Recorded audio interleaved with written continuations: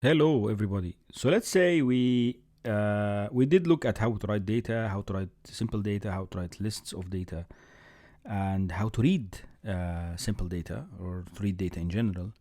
Now, what if we want to read a list of items? Okay, so basically, let's start by just creating a list of items. We'll call it, for example, let's say I'm gonna use the same app. Right, so let's say I'll create a root ref. I'll call it just a list of names, for example. Let's just keep it simple to start with, right? Names, so child, and the child is names, right? So basically, names. So let's say I want to add some. Let's add some names first, right? So let me add some names. Okay, so we go here. Dot. Let's add like 10 names or something. Let's say we do for I in 0 to 10. Let's add 10 names. So we'll add 11 names from 0 to 10, right? We'll create the ref.child dot names, and then we'll say child by auto ID dot set the value. Okay, and I don't want set the value. I don't want a completion handler. I'm just going to set the value, and let's say the name is going to be, let's say Bob, and then I will just add to the name whatever value I is. Okay, so in that case I have just these random names that I'm creating, right? And I'm using child by auto ID. I'll comment this out because I'm not interested in reading this stuff now. I just want to create these names. Okay, we run this code. It's going to create, you could look at the left here, you'll see that it will create a new node that's called names, right? Okay, and then under names, these random numbers are created because of child by auto ID. It creates a child by auto ID, and then under it there is a name, and so on. You can add whatever you want to add, but I can even delete this so that we can also add beside the name. We can add maybe something, an age or something.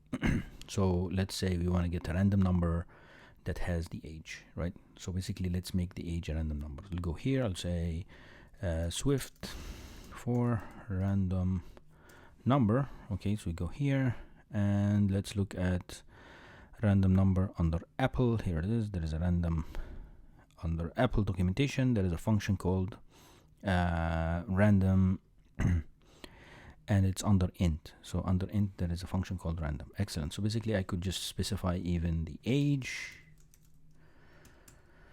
as and then there is a range. You can specify a range. Interesting.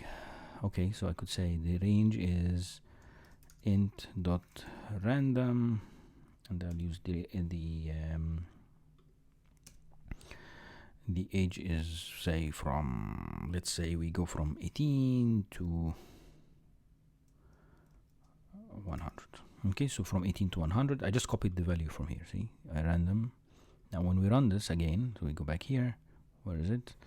I deleted the names location. Run it again. The names node. Run it again. You'll see I'll get some names, plus I'll get some random ages.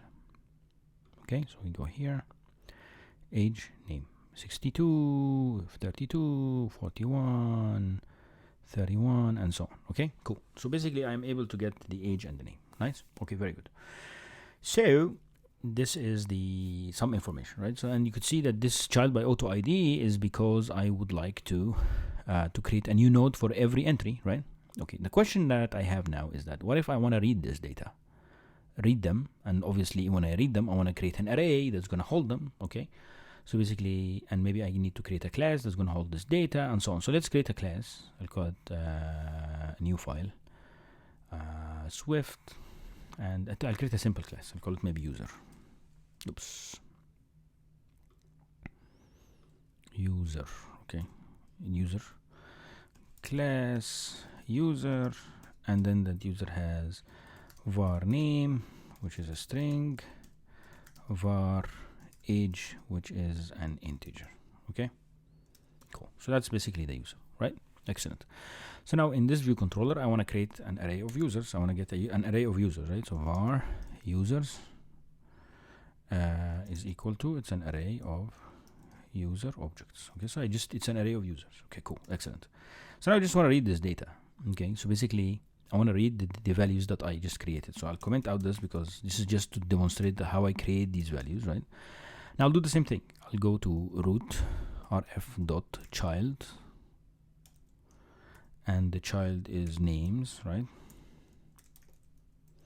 Dot observe, and event type is dot value. When the value changes, data snapshot, or I call it snapshot. Okay, and here we are. Okay, so basically when you set up an observer that looks like this, so before we set up the observer, let's say users dot remove all, just to remove all the users. Okay, then we go and read the users. Here what we're going to do is that we need to check to see if snapshot dot value is not equal to nil, right? This is sanitization check, right? We're here now. Needs self. Okay, so now what we need to do is I would like to loop over each one of these snapshots, right? So if you look at the documentation that they provide, you see work with lists of data, right? So when you scroll down a little bit here, you could go in and observe, and where is the read? Sorting and filtering. It has a lot of information, but what if you would like to read a list of data? It has it somewhere here. Let's see. Yeah, here it is. For each child in snapshot of children. Cool. So basically what I could do is I have the snapshot. So if you look here, I have that snapshot which is called names. What I could do, I could go here, for each child in dot children. Perfect. So basically this is going to give me each one of these children. Cool. So basically each one of these children I'm going to retrieve, and it's going to be called child. So what I would do is I can check to see. So if I get a child, right? So let me create a new user. Let user equals user, right? So I created a user, an empty user. And then what I could do is I could get the age, right? And the name of that user. So what I could do is I could say if child dot so basically I need to complete child dot has, like the same story, has child of name. Okay, then I would do what? User dot name equals child dot child snapshot of for path, and then the value is what? Name as string. Okay, and we'll do the same thing to the age, but then we say self.users dot append user. Okay, so basically we loop over them, and then let's say print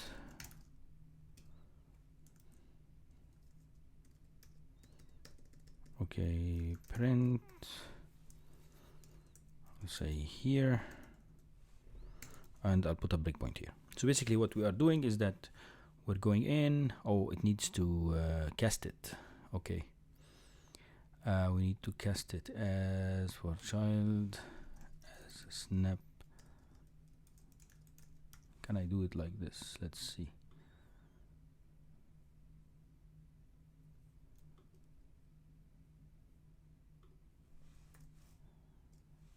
Can I do this like this? Let's see. Okay, I need to cast it, so I'm not going to do the casting here. It doesn't understand that it's okay, I will do let child snapshot equals child as data snapshot. Okay, and then I will use that instead of this. Here we are. Run it again. Okay, incorrect, blah blah blah. I'll say dot child snapshot for path. Okay, cool. Let's run this again. Okay, so here we are. Okay, it stopped, the code crashed because cannot cast the value of Firebase snapshot. Yeah, so basically we do need to do dot value, right? We need to get its value and cast the value to a string, right? Okay, now it's gonna work. Okay, so basically we get the value of the name, right? Okay, and it did go through. We are here. Now let's look at the debug log. We look here, self, and then you have users, and then under users you have, we retrieve the names. Okay, you can see here Bob0, Bob1, Bob2, and so on. You need to get the age, the same story. We just copy the same code here, but we're gonna use it for the age. And then we do this as integer, and then set username as age as this, right? Okay, we cast it to an integer and run it again.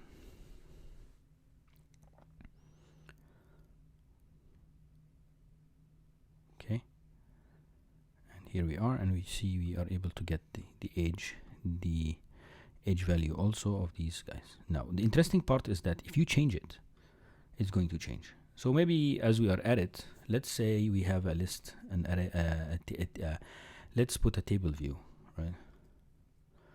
I don't think we need the label anymore. I will go back and add, let's add a table view, right?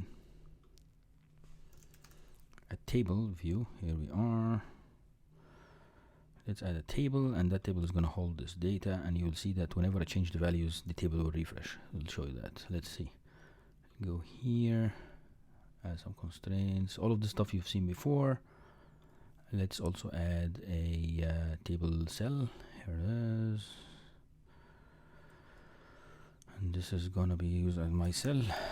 The reuse identifier is my cell, and let's say we change it from the table type, the cell type is, so I want it to be the style to have a subtitle, right? So that I can put maybe the title as maybe the name, and the subtitle is the age. Okay, cool. So now we are here. Go back to the table view, just set up the delegate and the data source. Go back again and set up an what do you call it, a reference to the table view.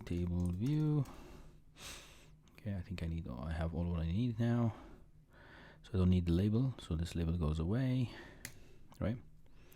And we are all here. Let's add the delegates for the table view, right? Extension, view controller, table view, delegate, table source, table data source. Here we are. Okay. And basically it's going, we need to add invalid file scope. Let's see, why is that? Oh yeah, we have to put it after the class. Here we are. Okay, very nice. So we are here. It didn't go crazy yet because it has to tell us you have to implement these. Excellent, perfect. Fix the number of rows in section is self.users.count, right?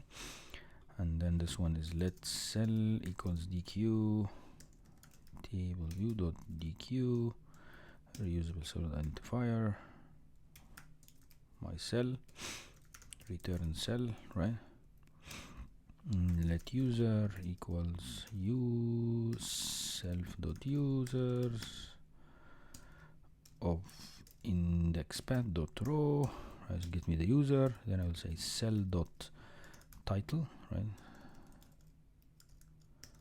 There is a label, text label dot text equal user dot name,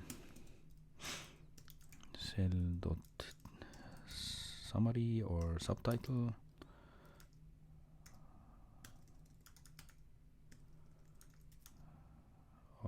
detail label, this is the subtitle, the secondary one dot text equal user dot age, value is optional, so we fix this. Yeah, fix this. The age is going to be string of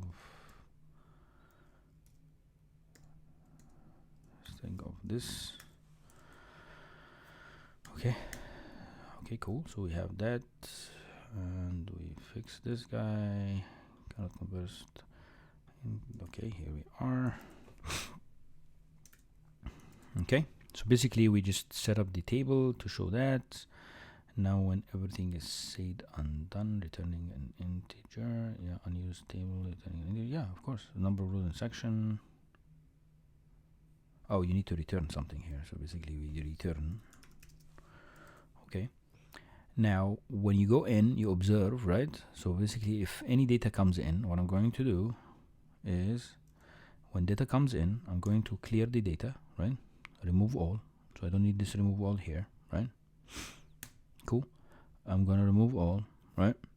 And then we go in and we retrieve the users, right? When everything is said and done, means here after the for loop, I'll just say self.tableview.reload data, and basically to tell the table view that hey, the data has changed, right? So basically we are clearing everything, repopulating with the new data, and reloading. Okay, reloading the table view. Okay, let's run it. Let us run it. We are here. Okay, and here we are. Bob 0, Bob 1, Bob 2, Bob 3, right? Let's do the following. Let's go here and change the name of this guy. Maybe from Bob 0 we make him Bob 55. See what's going to happen? It does change automatically in the table view. Why? Because this triggers this observer, and this observer removes everything and reloads all of them again, right? Even if you add a new one, let's add another one. Let's say we go here, we add, we know that this is a random number that has to be there. Let's say this is our random number, right? And then we add a child to it, has a name, right? We'll call the name is Alice Smith, and then has an age, and that age is say 100. Now when I click on add, Alice Smith got added. Perfect. So you could see random number. Now if you delete one of them, let's say I'll delete the first one, which is Bob 55, right? Click, delete, removed. Excellent. Let's delete Alice, and boom, Alice goes away, right? We go even from, let's remove the Bob 1, boom, Bob 1 is out. You could see how the real-time database is. Now if you had a form, for example, here in the app where you are adding stuff and then adding them, you will adding them to the table here or to Firebase, they will show up here.